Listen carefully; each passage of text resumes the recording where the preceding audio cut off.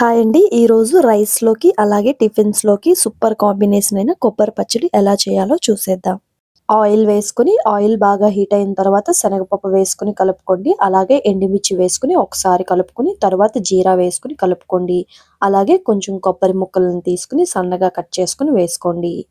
కొబ్బరి ముక్కలనేవి లైట్‌గా ఫ్రై అయితే సరిపోతుంది. తర్వాత మనం చింతపండుని తీసుకొని విడివిడిగా చేసుకుంటూ యాడ్ చేసుకోండి. అలాగే కొంచెం పసుపును కూడా యాడ్ చేసుకోండి. అలాగే ఈ టైంలోనే రుచికి సరిపోయేంత ఉప్పుని కూడా యాడ్ చేసుకోండి.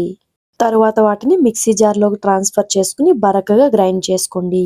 తరువాత పచ్చడి పోపు కోసం ఆయిల్ వేసుకొని, ఆయిల్ హీట్ అయిన తర్వాత శనగపప్పు, జీరా, ఆవాలు వేసుకొని, అలాగే కరివేపాకు, ఎండుమిర్చి వేసుకొని ఫ్రై చేసుకోండి.